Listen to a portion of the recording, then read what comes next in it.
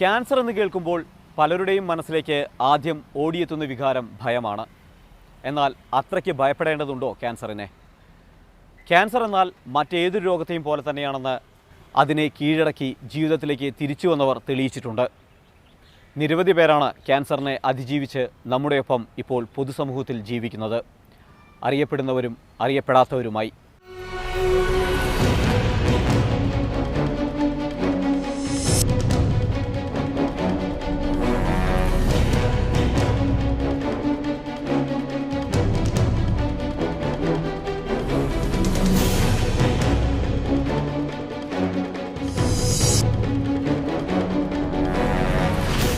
പേടിക്കാനൊന്നുമില്ല. നമ്മുടെ യൂട്രസിൻ്റെ ഇത്തിരി ക്യാൻസറസിൻ്റെ ഉണ്ടായിരുന്നു, പക്ഷേ അത് യൂട്രസ് ഓവറിയും കളഞ്ഞുകൊണ്ട് പോയി. നമുക്കൊന്നും പേടിക്കാനുള്ളത്.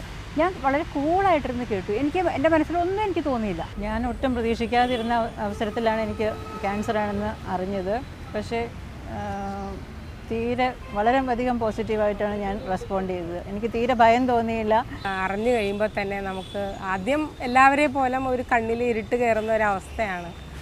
അങ്ങനെ വന്നു കഴിഞ്ഞപ്പോൾ ആദ്യമേ തന്നെ കുറച്ച് നേരം ആലോചിച്ച് എന്ത് ചെയ്യും, പിന്നെ നമ്മളെ യാഥാർത്ഥ്യത്തിലേക്ക് തിരിച്ചു വരികയാണ്.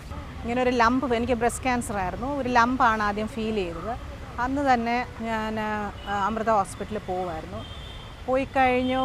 അപ്പോഴേ ഡോക്ടറിനൊരു സംശയം തോന്നി, എക്സാമിനേഷനിൽ തന്നെ തോന്നി. ഇങ്ങനെ ഒരു കവറപ്പ് ചെയ്ത് വന്നപ്പോഴേ ഞാൻ ചോദിച്ചു, ഡോക്ടർ എനിക്ക് ക്യാൻസർ ആണോ? ആണെങ്കിൽ ആണെന്ന് പറയുക. അപ്പോൾ ഡോക്ടറിന് കുറച്ചുകൂടെ എളുപ്പമായി. അങ്ങനെ റിസൾട്ട് വന്നു കഴിഞ്ഞപ്പം ഡോക്ടർ പറഞ്ഞു ഇത് റിസൾട്ട് ക്യാൻസറാണ്. അപ്പോൾ ഓക്കെ, എനിക്ക് അങ്ങനെ അസുഖം ലങ്ങിൽ മുഴയുണ്ട്, ലങ് എടുക്കണമെന്ന് പറഞ്ഞപ്പോഴും പ്രത്യേകിച്ച് ഒരു ഫീലിംഗും തോന്നിയില്ല. ദൈവം ആയുസ് തരുന്നത് വരെയല്ലേ മനുഷ്യൻ ജീവിക്കത്തുള്ളൂ. ഇരയാണോ ജേതാവാണോ? ക്യാൻസറിനെ അതിജീവിച്ചെത്തിയ ഓരോരുത്തരും സ്വയം ചോദിക്കുന്ന ചോദ്യമാണത്. തീർച്ചയായും ജേതാക്കൾ തന്നെയാണ്. അർബുദം എന്നത് മാരകരോഗമാണെന്നും സുഖപ്പെടുത്തുക അസാധ്യമാണെന്നുമുള്ള തെറ്റായ സങ്കല്പമാണ് ഇപ്പോഴും പലർക്കുമുള്ളത്. എന്നാൽ അതല്ലെന്ന് കാലം തെളിയിച്ചുകൊണ്ടിരിക്കുകയാണ്. അതിൻ്റെ ഏറ്റവും മനോഹരമായ തെളിവുകളാണ് ഇവരുടെ മുഖത്തെ നിറഞ്ഞ ചിരികൾ. ഇവരാരും ക്യാൻസർ എന്ന രോഗത്തിനു മുന്നിൽ അടിപതറിയവരല്ല. മറിച്ച് മറ്റെല്ലാ രോഗവും പോലെ ഇതും ഒരു രോഗമാണെന്ന് തിരിച്ചറിഞ്ഞ് തളരാതെ പോരാടി ജീവിതത്തിലേക്ക് മടങ്ങിയെത്തിയവരാണ്. ഇതൊരു മാരക രോഗം എന്നുള്ള ഒരു ലേബലുണ്ട് അതിന്. പക്ഷേ ഏത് രോഗം മാരകമല്ലാത്തത് എന്നുള്ളത് നമ്മൾ ചിന്തിക്കുക. ഒരു ഹാർട്ടിൻ്റെ ഒരു പനി, ഈവൻ ഒരു ചെറിയ പനി വന്നാൽ പോലും നമ്മൾ ശ്രദ്ധിച്ചില്ലെങ്കിൽ എത്രയോ അനുഭവങ്ങൾ നമുക്ക് അറിയാം വരാം. നെഞ്ചുവേദന എല്ലാവരും അത് ഗ്യാസാണെന്ന് പറഞ്ഞ് കഴിക്കുന്നുണ്ട്. അതൊരു മാരക രോഗമല്ലേ? മറ്റു രോഗങ്ങളെയുമായി തന്നെ ഒരു രോഗമാണ് ഈ ക്യാൻസർ. പിന്നെ അതിൻ്റെ ട്രീറ്റ്മെൻറ്റിൽ കുറച്ച് സൈഡ് എഫക്ട്സ് നമുക്ക് ഉണ്ടാവാം. മുടി പോവാം. പിന്നെ ഈ മുടി എന്ന് പറഞ്ഞ സാധനം നമുക്ക് വരണതാണ്, നമ്മൾ ആവശ്യപ്പെടാണ്ട് വരുന്നൊരു സാധനമാണിത്. അപ്പോൾ അതുകൊണ്ട് അതൊരു കുറവായിട്ട് മുടി പോകുമല്ലോ എന്നുള്ള ചിന്താഗതി ആദ്യം മാറ്റുക. ആ ഒരു ധൈര്യത്തോടുകൂടെ നമുക്ക് ഈ അസുഖം ഉണ്ട് എന്നുള്ളത് നമ്മൾ ആക്സെപ്റ്റ് ചെയ്യുക ആദ്യം. പിന്നെ നമുക്ക് ആ ഒരു ഇത് വരില്ല, ആ ഒരു വിഷമം നമുക്ക് തോന്നില്ല. അപ്പോൾ എന്നെ ഫോണിൽ വിളിക്കുന്നവരൊക്കെ കരയുകയാണ്. അവരുടെയൊക്കെ ഒരു ചിന്ത, നമ്മൾ ഇപ്പോൾ തീരാൻ പോവുക, ഇവിടെ സ്റ്റോപ്പാകുക ലൈഫ്, ഇനിയും നമ്മളെ ഇനി കുറച്ച് നാളും കൂടെ മുന്നോട്ട് കാണാൻ പറ്റുമോ എന്നുള്ളൊരു ചിന്ത അവർക്ക്. പക്ഷെ നമുക്ക് അങ്ങനെയുള്ളൊരു ചിന്ത. ഞാൻ അവരോട് ചോദിക്കും, എന്തിനാണ് നിങ്ങൾ കരയുന്നത്? അപ്പോൾ ഞാൻ ഓപ്പറേഷനായിട്ട് പോകുന്ന സമയത്ത് എൻ്റെ ഒരു നെയ്ബർ, ഇനി എനിക്ക് മോളിയെ ഇനി എനിക്ക് എപ്പോഴൊന്ന് കാണാൻ പറ്റും. ഞാൻ ചോദിച്ചു, അമ്മച്ചി എന്തിനാണ് വിഷമിക്കുന്നത്? ഞാനീ പോകുന്നത് പോലെ ഇങ്ങോട്ട് തിരിച്ചു വരും എന്ന് പറഞ്ഞ് അങ്ങനെ ഞാൻ അമ്മച്ചിയെ ആശ്വസിപ്പിച്ചിട്ട് പോയി. തിരിച്ചു വന്ന് ഞാൻ ആദ്യം പോയി ഓപ്പറേഷൻ കഴിഞ്ഞ് വന്നപ്പോഴേ ഞാൻ ഫസ്റ്റിൽ പോയിട്ട് അമ്മച്ചിയെ കാണുന്നത്, ഞാൻ നാട്ടെ തിരിച്ചു വന്നു എന്ന് പറഞ്ഞിട്ട്. അപ്പോൾ മക്കൾക്കൊക്കെ ടെൻഷനുണ്ടായിരുന്നു, മകനൊക്കെ ഭയങ്കര ടെൻഷനുണ്ടായിരുന്നു കൂടെ ഉണ്ട് ഓപ്പറേഷൻ്റെ സമയത്തൊക്കെ. പക്ഷേ അത്രയും എനിക്കുള്ള ആ വിൽ പവർ കണ്ടിട്ട് അവർ ധൈര്യപ്പെട്ടു. നമ്മൾ വളരെ പോസിറ്റീവായിട്ട് നിന്നാലേ നമുക്കിതിനെ ഫൈറ്റ് ചെയ്തെടുക്കാൻ പറ്റുള്ളൂ. നമ്മൾ കൂടുതൽ അതിനെക്കുറിച്ച് അയ്യോ എന്ന് പറഞ്ഞു പോയാൽ അത് കൂടുതൽ നമ്മളെ ഈറ്റ് ചെയ്തുകൊണ്ടിരിക്കും. എന്നുവെച്ചാൽ ക്യാൻസർ സെൽസാണ്. അപ്പം നമ്മൾ അതിനെ ചെറുത്ത് നിൽക്കുക. അതിനു വേണ്ടി നമ്മൾ എന്ത് മെക്കാനിസം വേണോ അത് നമ്മൾ കണ്ടുപിടിച്ച് ചെയ്യണം. അതിന് ചുമ്മാതിരിക്കലോ കരച്ചിലോ വിഷമോ വിഷാദോ നെഗറ്റീവ് എനർജിയോ ഇതൊന്നുമല്ല. വളരെ പോസിറ്റീവായിട്ട് വളരെ കൺസ്ട്രക്റ്റീവായിട്ട് ആളുകളോട് സംസാരിക്കുമ്പോൾ തന്നെ നമ്മളുടെ വിഷമം കുറയും. പലരും മിണ്ടില്ല, എനിക്ക് വളരെയധികം ആളുകളെ അറിയാം ക്യാൻസറായിട്ട് ആരോടും പറയാതിരിക്കുന്നത്. അങ്ങനെയല്ല, ഇപ്പം നമ്മൾ ചോദിച്ചിട്ടാണോ ക്യാൻസർ വരുന്നത്? ആ ട്രീറ്റ്മെൻറ്റ് കാര്യങ്ങളെല്ലാം ഇതയച്ചു. മനസ്സ് അപ്പം തന്നെ ഞാനൊന്ന് ബലപ്പെടുത്താൻ ശ്രമിച്ചു. നമുക്ക് എന്തെങ്കിലും വന്നു കഴിഞ്ഞാൽ പിന്നെ നമ്മളതിൽ നിന്ന് ഒളിച്ചോടുക എന്ന് പറയുന്നത് ഒന്നിലും ശരിയല്ല. ജീവിതം എന്ന് പറയുന്നത് തന്നെ അത് തന്നെയാണ്. കാരണം എല്ലാം നമ്മൾ ഫേസ് ചെയ്തേ മതിയാവും. ഒരു അസുഖം വരുന്നത് മാത്രമല്ല ജീവിതത്തിലെ ബുദ്ധിമുട്ടുകൾ. ഞാൻ നോക്കിക്കഴിഞ്ഞാൽ എല്ലാം തന്നെ ജീവിതം തന്നെ ഒരു പൊരുതലാണ്, ഒരു ഫൈറ്റിംഗ് തന്നെയാണ് എല്ലാ നിലയ്ക്കും. അപ്പോൾ എനിക്ക് അസുഖം വന്നു, ഡോക്ടർ പറഞ്ഞു. അപ്പോൾ ഡോക്ടറുടെ വാക്കുകൾ നമ്മളാ ചെല്ലുന്ന ഡോക്ടറാണ് ആ സമയത്ത് നമ്മൾ മുന്നിൽ കാണുന്ന ഏറ്റവും വലിയൊരു വ്യക്തി.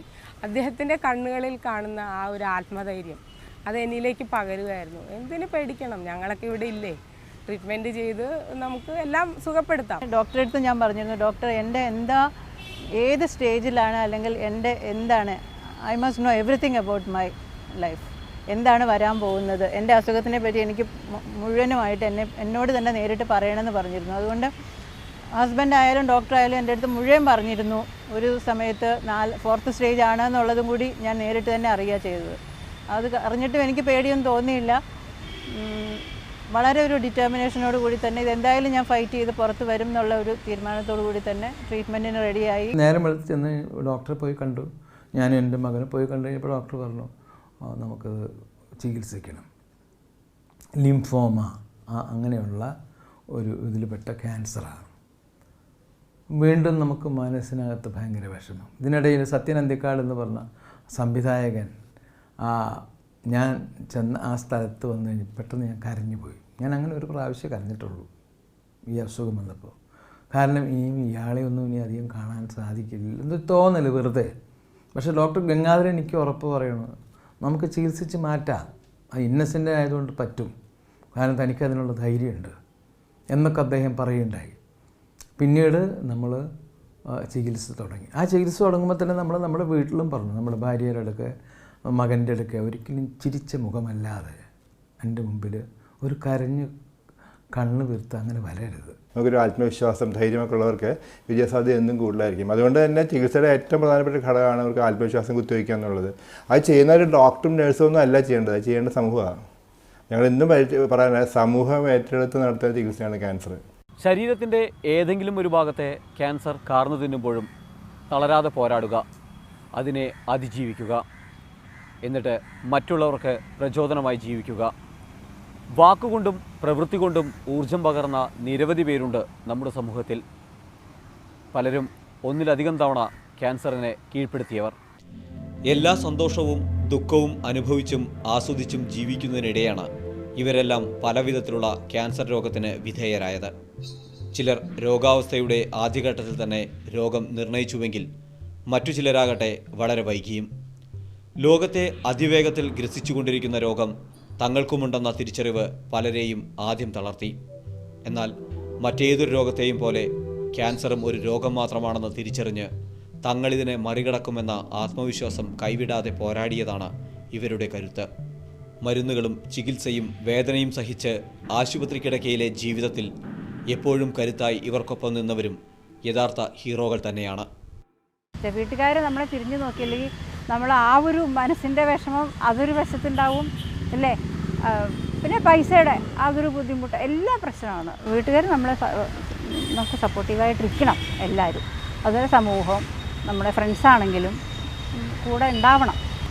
അസുഖമെന്ന് പറഞ്ഞ ഉടനെ അവർ കൈ ഒഴിയാന്നുള്ളൊരവസ്ഥയാണ്. പിന്നെ അതൊരു വല്ലാത്തൊരു പ്രവണതയാണ്. അതൊരിക്കലും ചെയ്യരുത്. എന്നുവെച്ചാൽ ഒരു ഇങ്ങനെ ഒരു അസുഖം വന്ന ഒരാൾക്ക് ഏറ്റവും കൂടുതൽ വേണ്ടത് നമ്മുടെ ഫാമിലിയുടെ സപ്പോർട്ട്. അത് വളരെ നിർബന്ധമുള്ള കാര്യമാണ്. അത് നമുക്കൊരു ഊർജം തന്നെയാണത്. സോറി ടു ഹിയർ ഇറ്റ് എന്നായിരുന്നു പലരും പറഞ്ഞിരുന്നത്. എനിക്ക് വളരെ വിഷമമുണ്ട്. പക്ഷേ നമുക്കൊരു പനി വന്നാലോ അല്ലെങ്കിൽ വേറൊരു അസുഖം വന്നാലോ സോറി എന്നാരും പറയാറില്ല, നമ്മൾ സിമ്പതൈസ് ചെയ്യാറില്ല, അത് മാറിക്കോളുന്നേ ഉള്ളൂ. പക്ഷേ അപ്പോഴാണ് എനിക്ക് മനസ്സിലായത് ക്യാൻസർ എന്തോ ഒരു പ്രത്യേകമാണെന്ന് എല്ലാവരുടെ മുമ്പിലും ഉണ്ടെന്നുള്ളത്. അതുപോലെ തന്നെ എന്നെ പല കാണാൻ വരുന്ന പലരും വളരെ മുഖമൊക്കെ വളരെ ഒരു സങ്കട ഭാഗത്തോടുകൂടി കാണാൻ വരുമ്പോഴും ഞാൻ ചിരിച്ച് അവരുടെ കാര്യങ്ങൾ അന്വേഷിച്ച് അങ്ങനെ ഒരു ഇതാണ് ഞാൻ അവർക്ക് കമ്മ്യൂണിക്കേറ്റ് ചെയ്തത്. This is not something serious എന്നുള്ള ഒരു ഭാവമാണ് ഞാനും അവർക്ക് കൊടുക്കാൻ ശ്രമിച്ചിട്ടുള്ളത്. അതുകൊണ്ട് വരുന്നവർക്കും വലിയൊരു ആശ്വാസമായിരുന്നു. ഇത് ഇത്ര വലിയൊരു കാര്യമല്ല എന്നുള്ളത്. നാച്ചുറലി അവർക്ക് വിഷമമുണ്ട്, പക്ഷേ അവരുടെ സപ്പോർട്ട് ഉണ്ടായിരുന്നു. പിന്നെ അവർ എൻ്റെ മുമ്പിൽ നിന്നിട്ട് കരയുകയോ അങ്ങനത്തെ സീൻ ഉണ്ടാക്കുകയോ അങ്ങനെയൊന്നും ചെയ്തില്ല. ദേവർ സാധാരണ പോലെ തന്നെ എന്നോട് പെരുമാറി, സാധാരണ പോലെയൊക്കെ തന്നെ, നത്തിങ് അൺയൂഷ്വൽ എന്നുള്ള മട്ടിൽ പെരുമാറി. ആളുകളൊക്കെ ഭയങ്കരമായിട്ട് സ്നേഹം പ്രകടിപ്പിക്കാൻ തുടങ്ങി. അപ്പോൾ അതിൽ എനിക്ക് ഭയങ്കര സന്തോഷമായിരുന്നേ. ഞാൻ വിചാരിച്ചു എനിക്ക് ഇത്രയധികം ആൾക്കാരുടെ സ്നേഹം ഉണ്ടായിരുന്നോ. അത് പക്ഷേ ഒരു വളരെ പോസിറ്റീവ് ഫാക്ടറായിരുന്നു എൻ്റെ ക്യൂറിന് വേണ്ടി. അതായത് ഇത്രയും പേരുടെ സ്നേഹവും പ്രാർത്ഥനയും എൻ്റെ കൂടെ ഉണ്ടെന്നുള്ളത് എനിക്ക് രോഗം മാറാനായിട്ടുള്ള വളരെ വളരെ പ്ലസ് പോയിൻ്റ് ആയിട്ടുള്ള ഒരു ഫാക്ടറായിരുന്നു. വീട്ടുകാരെ അറിഞ്ഞു കഴിഞ്ഞപ്പോഴത്തേക്കും ഈ പറഞ്ഞ പോലെ എനിക്ക് നമ്മൾക്ക് എന്തും ഫേസ് ചെയ്യാന്നുള്ള ഒരു ധൈര്യം കിട്ടി. അപ്പോൾ എൻ്റെ ആ ഒരു ധൈര്യത്തിൽ കൂടി തന്നെ കുട്ടികളും ഹസ്ബൻഡും എല്ലാവരും വളരെ ധൈര്യമായിട്ട് തന്നെ കാണിച്ചു. കാരണം എന്തിനു പേടിക്കണം, നമുക്ക് ഡോക്ടർ പറഞ്ഞ അനുസരിച്ച് മുന്നോട്ട് പോകാം. ക്യാൻസർ ക്യൂറിൻ്റെ ഇത് അത് തന്നെയാണ്, കെയർ ബൈ ക്യൂറാണ്. ആ കെയർ കൊടുക്കേണ്ടത് എല്ലാവരും കൊടുക്കാൻ സാധിക്കും. കൂടെ നിൽക്കുക വേണ്ടത്. ഞങ്ങൾ പ്രത്യേകം എടുത്ത് പറയാൻ കരയല്ല വേണ്ടത്. പിന്നലെയും കൂടെ ഞാൻ പറഞ്ഞു, ഒരു അച്ഛനും അമ്മയും കുട്ടിയാണ്, കുട്ടിക്ക് ക്യാൻസറാണ്, അച്ഛനും അമ്മയും പൊട്ടിക്കരഞ്ഞുകൊണ്ടിരിക്കുക. നമ്മൾ കരയരുത്. കരഞ്ഞാൽ നമുക്ക് കരയുന്നതോടുകൂടെ അവൻ്റെ മനോബലമാണ് നഷ്ടപ്പെടുത്തുന്നത്. അവനിപ്പോൾ ധൈര്യത്തോടെ നിൽക്കുക. ആ മനോബലം കാര്യം നമുക്ക് മനസ്സിലാക്കാം. അച്ഛനും അമ്മയ്ക്കും അങ്ങനെ പിടിച്ച് നിൽക്കാൻ പറ്റില്ല, പക്ഷേ പിടിച്ച് നിൽക്കാൻ ശ്രമിക്കണം. അങ്ങനെ പിടിച്ചു നിന്നെങ്കിൽ മാത്രമേ മുന്നോട്ട് പോകാൻ സാധിക്കുകയുള്ളൂ. സംശയമുണ്ടെങ്കിൽ രോഗനിർണയം വേഗത്തിൽ നടത്തി ചികിത്സ തേടുക എന്ന് തന്നെയാണ് ക്യാൻസറിനെ പ്രതിരോധിക്കാനുള്ള മാർഗം. ഡോക്ടർമാരുടെ നിർദ്ദേശങ്ങൾ കൃത്യമായി പാലിക്കുക. നമ്മുടെ സർക്കാർ ആശുപത്രികളിലെല്ലാം തന്നെ ഇപ്പോൾ ചികിത്സാ സൗകര്യം ലഭ്യമാണ്. രോഗത്തെ ഇച്ഛാശക്തി കൊണ്ട് മറികടന്നവർ നിരവധിയാണ്. വേദന ശരീരത്തെ കാർന്നു തിന്നുമ്പോഴും തളരാതെ പോരാടിയവർ. നൂറ്റാണ്ടുകൾ പഴക്കമുണ്ട് ക്യാൻസർ എന്ന രോഗത്തിന്. മുമ്പ് ക്യാൻസർ എന്നാൽ മരണമെന്ന് അർത്ഥമെഴുതി ചേർത്തിരുന്നുവെങ്കിൽ ഇപ്പോഴങ്ങനെയല്ല. ക്യാൻസർ രോഗത്തെ ചികിത്സിച്ച് ഭേദമാക്കാമെന്ന് തന്നെ വൈദ്യശാസ്ത്രം തെളിയിച്ചു കഴിഞ്ഞു. രോഗം നേരത്തെ നിർണയിക്കുക, അതനുസരിച്ച് ചികിത്സ തേടുക, താനൊരു രോഗിയാണെന്ന ചിന്തയില്ലാതെ സ്വതന്ത്രമായി ഇരിക്കുക, അതുതന്നെയാണ് രോഗത്തെ മറികടക്കാനുള്ള നല്ല മാർഗം. ക്യാൻസറിനെ നമ്മുടെ ഉദ്ദേശം പറയുന്നത്, നമ്മുടെ ലക്ഷ്യം എന്ന് പറഞ്ഞാൽ അത് അസുഖം മാറാന്ന് മാത്രമല്ല. നമ്മുടെ പല ലക്ഷ്യങ്ങളുണ്ട് ക്യാൻസറിൽ. ഒന്ന്, നമുക്ക് തടയാൻ സാധിക്കുന്ന ക്യാൻസറുകൾ തടയാൻ സാധിക്കണം. നമുക്ക് പ്രാരംഭ ദശയിൽ കണ്ടെത്തി ചികിത്സിക്കാൻ സാധിക്കുന്ന ക്യാൻസറുകൾ ചികിത്സിക്കാൻ സാധിക്കണം, കണ്ടെത്താൻ സാധിക്കണം. ചികിത്സിച്ച് ഭേദമാക്കാൻ സാധിക്കുന്ന ക്യാൻസറുകൾ എത്രയും നേരത്തെ തന്നെ ഒന്ന് ചികിത്സിച്ച് ഭേദമാക്കാൻ ശ്രമിക്കണം. പല ക്യാൻസറുകളും നമുക്ക് ആ ക്യാൻസർ നിയന്ത്രിച്ചുകൊണ്ട് മുന്നോട്ട് ജീവിക്കാൻ സാധിക്കും. അത് സാധിക്കുമെങ്കിൽ അത് സാധിക്കണം. ഇതൊന്നും സാധിക്കുന്നില്ല എങ്കിൽ നമുക്ക് നമ്മൾ പറയും സാന്ത്വന ചികിത്സ. നമുക്ക് ഒരു പ്രശ്നമില്ലാതെ ജീവിതാവസാനം വരെ സുഖമായി ജീവിക്കുക. ഇതെല്ലാം ക്യാൻസർ ചികിത്സയിലെ ഈക്വലി ഇമ്പോർട്ടൻറ്റ് പില്ലേഴ്സ്, തുല്യ പ്രാധാന്യമുള്ള തൂണുകൾ. ഇതൊക്കെ ചെയ്യാൻ സാധിക്കുന്ന കാര്യങ്ങളാണ്. അപ്പോൾ ഇതെല്ലാം നമ്മുടെ മുന്നിൽ വരുന്ന കാര്യങ്ങൾ തന്നെയാണ്. അപ്പോൾ അതാണ് നമ്മൾ പറഞ്ഞു കൊടുക്കുന്നത്, ഇങ്ങനെ സാധിക്കണം പറഞ്ഞു കൊടുക്കുന്ന കാരണം അതുകൊണ്ടാണ്. സംസ്ഥാനത്ത് 3 ലക്ഷത്തിലേറെ ക്യാൻസർ ബാധിതരുണ്ടെന്നാണ് കണക്കുകൾ സൂചിപ്പിക്കുന്നത്. പ്രതിവർഷം 56,000-ഓളം പുതിയ കേസുകൾ റിപ്പോർട്ട് ചെയ്യപ്പെടുന്നുമുണ്ട് എന്ന് തിരുവനന്തപുരത്തെ റീജിയണൽ ക്യാൻസർ സെൻ്ററിൻ്റെ കണക്കുകൾ സൂചിപ്പിക്കുന്നു. എന്നാൽ സ്വകാര്യ ആശുപത്രികളിലെത്തുന്നവരുടെ കണക്കുകൾ ലഭ്യമല്ലാത്തതിനാൽ യഥാർത്ഥ എണ്ണം ഇതിലും കൂടുതലാണ്. 2014 കണക്കുകൾ പ്രകാരം സംസ്ഥാനത്ത് 21,000 പേരാണ് പ്രതിവർഷം ക്യാൻസർ ബാധിതരായി മരിക്കുന്നത്. എന്നാലിപ്പോൾ സ്ഥിതി മെച്ചപ്പെട്ടിട്ടുണ്ട്. വൈദ്യശാസ്ത്രത്തിൻ്റെ മുന്നേറ്റം മാത്രമല്ല അതിന് കാരണം, മറിച്ച് പൊതുസമൂഹത്തിന് രോഗത്തെക്കുറിച്ചുണ്ടായിരുന്ന അജ്ഞത മാറിത്തുടങ്ങി എന്നത് തന്നെയാണ്. കൂടെയുള്ളവരുടെ പിന്തുണ തന്നെയാണ് രോഗിയുടെ മാനസിക നിലയിലും മാറ്റം വരുത്തുന്നത്. രോഗിയെ ആത്മവിശ്വാസത്തോടെ ചികിത്സയെ നേരിടാൻ ഈ പിന്തുണ ഏറെ സഹായിക്കുന്നുണ്ട്. രോഗകാലത്ത് എന്തെങ്കിലും കാര്യത്തിൽ ഏർപ്പെടുക എന്നത് തന്നെ രോഗത്തെക്കുറിച്ചുള്ള ചിന്തകളിൽ നിന്ന് അകന്നു നിൽക്കാൻ രോഗിയെ സഹായിക്കും. അത് ചികിത്സയുടെ വിജയത്തിനും ഗുണം ചെയ്യും. നമ്മൾ നുണ പറയാറില്ല. നമ്മൾ ഇതാണ് അങ്ങനെയല്ല പറയുന്നത് മുന്നോട്ട് പോകണം. കാരണം തിരിച്ച് പറയാനുള്ളത് അത് തന്നെയാണ്. അതായത് മരിക്കാൻ ക്യാൻസർ വരണമെന്നില്ല, എല്ലാ ക്യാൻസറുകളും മരിക്കുന്നുമില്ല. ആ തത്വം മനസ്സിലാക്കിയാൽ മതി. അപ്പോൾ നമ്മൾ അങ്ങനെ മനസ്സിലാക്കിക്കൊണ്ട് പോകാൻ പറയും. അപ്പോൾ അവിടെയൊക്കെ ഞങ്ങൾ പറയുന്നത് വെച്ചാൽ ഒരു പ്രധാനപ്പെട്ട കാര്യം, എത്രയും നേരത്തെ ഇവരെ തിരികെ അവർ പണ്ട് എന്ത് ചെയ്യുന്നു അങ്ങോട്ട് എത്തിക്കാൻ സാധിക്കണം. ഇപ്പോൾ സ്കൂളിൽ പോകുന്നവരൊക്കെ സ്കൂളിൽ പോകാനായിട്ടും ജോലിക്ക് അവരൊക്കെ ആവശ്യം അതാണ്. അപ്പോൾ നമ്മൾ പറയും ആ ട്രാക്കിലേക്ക് തിരിച്ച് എത്രയും നേരത്തെ കയറിക്കൊള്ളാൻ പറയും. അപ്പോൾ നമ്മൾ പലപ്പോഴും ചികിത്സയ്ക്കിടയിലും നമുക്ക് അനുവദിക്കുമെങ്കിൽ ജോലി ചെയ്തോളം പറയും. ഞങ്ങൾക്ക് തോന്നുന്നത് വലിയ പ്രശ്നമെല്ലാം തോന്നിക്കഴിഞ്ഞാൽ സ്കൂളിൽ പോകാൻ സ്കൂളിൽ പോയിക്കൊള്ളാൻ പറയും. പരീക്ഷ എഴുതാൻ സാധ്യതയുള്ള പരീക്ഷ എഴുതാൻ പറയും. അവർ ആ റുട്ടീൻ ട്രാക്കിൽ നിന്ന് നമ്മൾ മാറണ്ടെന്ന് പറയും. ആ റുട്ടീനായി മാറുമ്പോഴാണ് ഞങ്ങൾക്ക് നഷ്ടപ്പെടുന്നതൊക്കെ തോന്നുന്നത്, മനസ്സിലായില്ലേ? അതാണ് എപ്പോഴും ചെയ്യേണ്ടത്. അപ്പോൾ അങ്ങനെ പോകാൻ സാധിക്കും. പിന്നെ വലിയ നിയന്ത്രണങ്ങളൊന്നും നമ്മൾ വയ്ക്കാറില്ല. കടുത്ത വേദനയ്ക്കിടയിലും ചിരിച്ചുകൊണ്ട് അതിനെ നേരിട്ട് അതിജീവിച്ചെത്തിയ നിരവധി പേരുണ്ട് നമുക്കിടയിൽ. സാധാരണക്കാർ മുതൽ പ്രശസ്തരായ വ്യക്തികൾ വരെ. അഭ്രപാളികളിലൂടെ നമ്മെ ചിരിപ്പിക്കുകയും ചിന്തിപ്പിക്കുകയും ചെയ്ത ഇന്നസെൻറ്റും എഴുത്തുകൊണ്ട് നമ്മെ വിസ്മയിപ്പിച്ച സിതാരയും നടനും സംവിധായകനുമായ സിദ്ധാർത്ഥ് ശിവയുമെല്ലാം അവരിൽപ്പെടും. തങ്ങളുടെ ജീവിതം കൊണ്ട് തന്നെ അവർ മറ്റുള്ളവർക്ക് പ്രചോദനമായി ഇപ്പോഴും നമുക്കിടയിൽ സജീവമാണ്. അതിജീവനത്തിൻ്റെ പാഠങ്ങളാണ് ഇവർ നമുക്ക് പകർന്നു തരുന്നത്. ഇവരെല്ലാം ഇപ്പോൾ സാധാരണ ജീവിതത്തിലേക്ക് മടങ്ങിക്കഴിഞ്ഞു. മുമ്പത്തേതുപോലെ തന്നെ ജീവിതം മുന്നോട്ടു പോകുന്നു. ഇവരാരും തങ്ങളുടെ അസുഖം മറച്ചുവെച്ചിട്ടില്ല. തങ്ങളുടെ അനുഭവങ്ങൾ മറ്റുള്ളവരിലേക്ക് പകർന്നു കൊടുക്കാനും ഇവരിപ്പോൾ മുൻപന്തിയിൽ തന്നെയുണ്ട്. പലർക്കും ട്രീറ്റ്മെൻറ്റ് എടുക്കാൻ തന്നെ ഒരു വിമുഖതയാണ്. വേണോ വേണ്ടയോ, മാസ്റ്റെക്ടമി ചെയ്യണമെങ്കിൽ അത് ഞങ്ങളുടെ ഫിഗറിനെ എഫക്റ്റ് ചെയ്യുമല്ലോ എന്നുള്ള ഒരു ഭയമാണ്. അപ്പോൾ അവരെ വിളിച്ച് സംസാരിക്കാൻ ഞങ്ങൾ ഡോക്ടറെ വിളിക്കാറുണ്ട്. വളരെ 2-3 പേര് പ്രത്യേകിച്ചും വിളിച്ച് പറഞ്ഞിട്ടുണ്ട്, ചേച്ചിയാണ് ഞങ്ങൾക്ക് വളരെ ധൈര്യം തന്നതെന്ന് പിന്നീട് പറഞ്ഞിട്ടുണ്ട്. അങ്ങനെ അവർക്ക് ഇമോഷണലി സപ്പോർട്ട് കൊടുക്കാറുണ്ട്. പിന്നെ വേണ്ട ചെറിയ രീതിയിൽ ഞങ്ങൾ ഫൈനാൻഷ്യൽ സപ്പോർട്ടും കൊടുക്കുന്നു.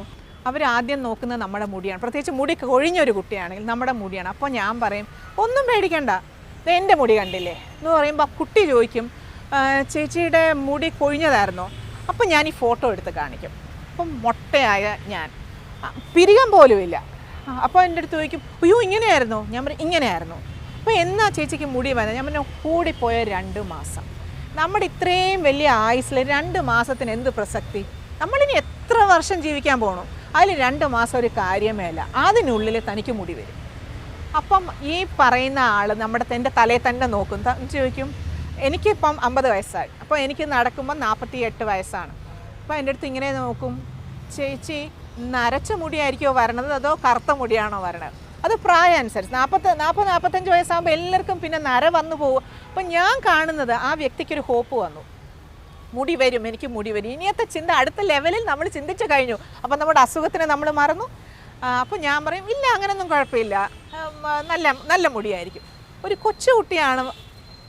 കൊച്ചുകുട്ടിയോടാണ് സംസാരിക്കണമെങ്കിൽ ആ കുട്ടി ചോദിക്കും, ചേച്ചി ഇനി ചുരുണ്ട മുടിയായിരിക്കുമോ സ്ട്രെയിറ്റ് ഹെയർ ആയിരിക്കുമോ? അപ്പോൾ നമ്മൾ ആ 2 ഏജിലുള്ള ആൾക്കാരുടെ ആഗ്രഹം, മോഹം അവിടെ നമ്മൾ കാണുകയാണ്. MP ആയത്. അപ്പോൾ എനിക്ക് മനസ്സിൻ്റെ അകത്ത് ഒരു വല്ലാത്ത ഒരിത്, മറ്റുള്ളവർക്ക് നമുക്ക് എന്ത് ചെയ്യാൻ സാധിക്കും? ഇപ്പോൾ റോഡുകൾ ഉണ്ടാക്കേണ്ട ആൾക്കാർ പാലങ്ങൾ ഉണ്ടാക്കേണ്ട, അതൊക്കെ ശരിയാണ്. മറ്റുള്ളവർക്ക് നമുക്ക് എന്ത് ചെയ്യാൻ പറ്റും? അങ്ങനെ തോന്നിയപ്പോഴാണ് ഈ ബ്രസ്റ്റ് ക്യാൻസർ തുടക്കമാണെങ്കിൽ അത് പരിപൂർണമായിട്ട് മാറ്റാം. അതല്ലെങ്കിൽ കുറച്ച് കഴിഞ്ഞതിന് ശേഷം ഡോക്ടറെ തരുമ്പോൾ ഡോക്ടർ പറയും ഇത് വ്യാപിച്ചു കഴിഞ്ഞു, അത് ഇനി വലിയ ഗുണമൊന്നുമില്ല, നിങ്ങൾ ചികിത്സിച്ചിട്ടും കാര്യമില്ല എന്ന് പറയും. അപ്പോൾ അതുകൊണ്ട് ഞാനൊരു 55-60 ലക്ഷം രൂപയോളം ചിലവ് ചെയ്ത് MP ഫണ്ടിൽ നിന്നും 5 സ്ഥലങ്ങളിലേക്ക് മാമോഗ്രാം മെഷീൻ കൊടുക്കുകയാണ്.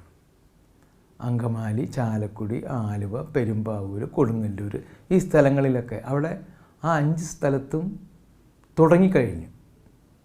പാവപ്പെട്ടവരായിട്ടുള്ള സ്ത്രീകൾക്ക് അവരൊക്കെ പോയിട്ട് 10,500 രൂപ കൊടുത്തിട്ട് ഈ ടെസ്റ്റൊന്നും നടത്താൻ പോകുന്നില്ല. അപ്പോൾ ഗവൺമെൻറ് ഹോസ്പിറ്റലുകളിൽ ഇതൊക്കെ ഉണ്ടെങ്കിൽ ഒരുപാട് സ്ത്രീകൾക്ക് കുറേ കൂടി കാലം ജീവിക്കാൻ പറ്റും. ചുറ്റും ഇരിക്കുന്നവരൊക്കെ മുടിയൊക്കെ ആയിട്ട് നന്നായിട്ടിരിക്കുന്നുണ്ട്. പക്ഷേ ഇവർക്ക് ഒരു മുടിയില്ലാതെ ഇങ്ങനെ അവരുടെ ഒരു ചിന്തയെന്ന് പറഞ്ഞാൽ എന്നെ നോക്കുന്ന കണ്ണ് എങ്ങനത്തെ ആയിരിക്കും, അങ്ങനെ ഒരു ചിന്തയുണ്ട്. എന്നെ ഏത് കണ്ണുകൊണ്ടാണ് ഇവർ നോക്കുന്നത്, ഞാൻ മുടിയില്ലാതിരിക്കുന്നു അല്ലെങ്കിൽ എൻ്റെ രൂപത്തിൽ, അങ്ങനെയൊക്കെയുള്ള ഒരു ചിന്തയോട് ഇരിക്കുന്ന ആ അവസരത്തിൽ നമ്മൾ പോയി അവരോടൊന്ന് സംസാരിക്കുന്നത്, ഞാൻ നാണ്ട ഒരു സർവൈവ് ചെയ്ത് വന്ന ആളാണ് എന്ന് പറയുമ്പോൾ അവർക്ക് വലിയൊരു ആത്മവിശ്വാസം കിട്ടും. ഇവർക്കൊപ്പം ആശ്വാസവും ആത്മവിശ്വാസവും പകർന്ന നിരവധി പേർ പിന്നെയുമുണ്ട്. രോഗം ഭേദപ്പെടുത്താനാവുന്നതിനും അപ്പുറമെത്തിയവർക്കും സാന്ത്വനം എന്നത് പരമപ്രധാനമാണ്. പാലിയേറ്റീവ് കെയർ യൂണിറ്റുകളിലൂടെ രോഗികൾക്ക് ആശ്വാസവും സമാധാനവും പകർന്നു നൽകുകയാണ് ഈ രംഗത്തുള്ളവർ. 4 പ്രധാന തത്വങ്ങളാണ് പാലിയേറ്റീവ് കെയർ വരുന്നത്. ഒന്ന്, ഓട്ടോണമി ഓഫ് ദ പേഷ്യൻ്റ്, അതായത് പേഷ്യൻ്റെ ഇഷ്ടപ്രകാരം നമ്മൾ ആ ഇഷ്ടം നമ്മൾ റെസ്പെക്റ്റ് ചെയ്യണം. 2, ഡു ലെസ് ഹാം, ചെറിയ ഉപദ്രവങ്ങൾ മാത്രമേ രോഗികൾ ചെയ്യുക. ഡു ഗുഡ്, നല്ല കാര്യങ്ങൾ മാത്രമേ രോഗിക്ക് വേണ്ടി ചെയ്യുക. ഡു ജസ്റ്റിസ്, ജസ്റ്റിസാണ് ഞാൻ പറയുന്നത്, നീതിപൂർവമായ കാര്യങ്ങൾ. ആ രോഗിയോട് നമ്മൾ പറയുമ്പോൾ നുണ പറയാൻ പാടില്ല. തനിക്ക് ക്യാൻസർ അല്ല, അതിലിപ്പം മരിക്കില്ല, ഇപ്പോൾ അസുഖം മാറും എന്ന് നുണ പറഞ്ഞ് നമുക്ക് ശീലിക്കാം. പക്ഷേ തൻ്റെ അസുഖം കുറച്ച് കാര്യമായിട്ടുള്ളതാണ്, കുറച്ച് സമയം പിടിക്കും, കുറച്ച് ദൂരം നാൾ പിടിക്കും എന്ന് പറഞ്ഞ് മനസ്സിലാക്കി ആ രോഗിയുടെ ഭയം ഇല്ലാതാക്കുക, ആ ഭീതി ഇല്ലാതാക്കി ആ രോഗിയെ നമ്മോടൊപ്പം കൊണ്ടുവന്നിട്ട് സമാധാനത്തിലൂടെ ജീവിതാന്ത്യത്തിലേക്ക് കൊണ്ടുപോകുക എന്നാണ് നമ്മുടെ ലക്ഷ്യം. പ്രശസ്ത സംഗീതജ്ഞനായ ബോബ് മൂറിൻ്റെ വരികൾ കോട്ട് ചെയ്യാം. ഞാൻ ശക്തനായത് ഭാരമുയർത്തിയല്ല, മറിച്ച് തളർന്നപ്പോഴെല്ലാം സ്വയം ഉയർത്തിയാണ്. അതെ, ക്യാൻസറിനെ അതിജീവിക്കാൻ നമുക്ക് മനസ്സിനെ പാകപ്പെടുത്താം, ആത്മവിശ്വാസം കൈവിടാതെ പോരാടാം.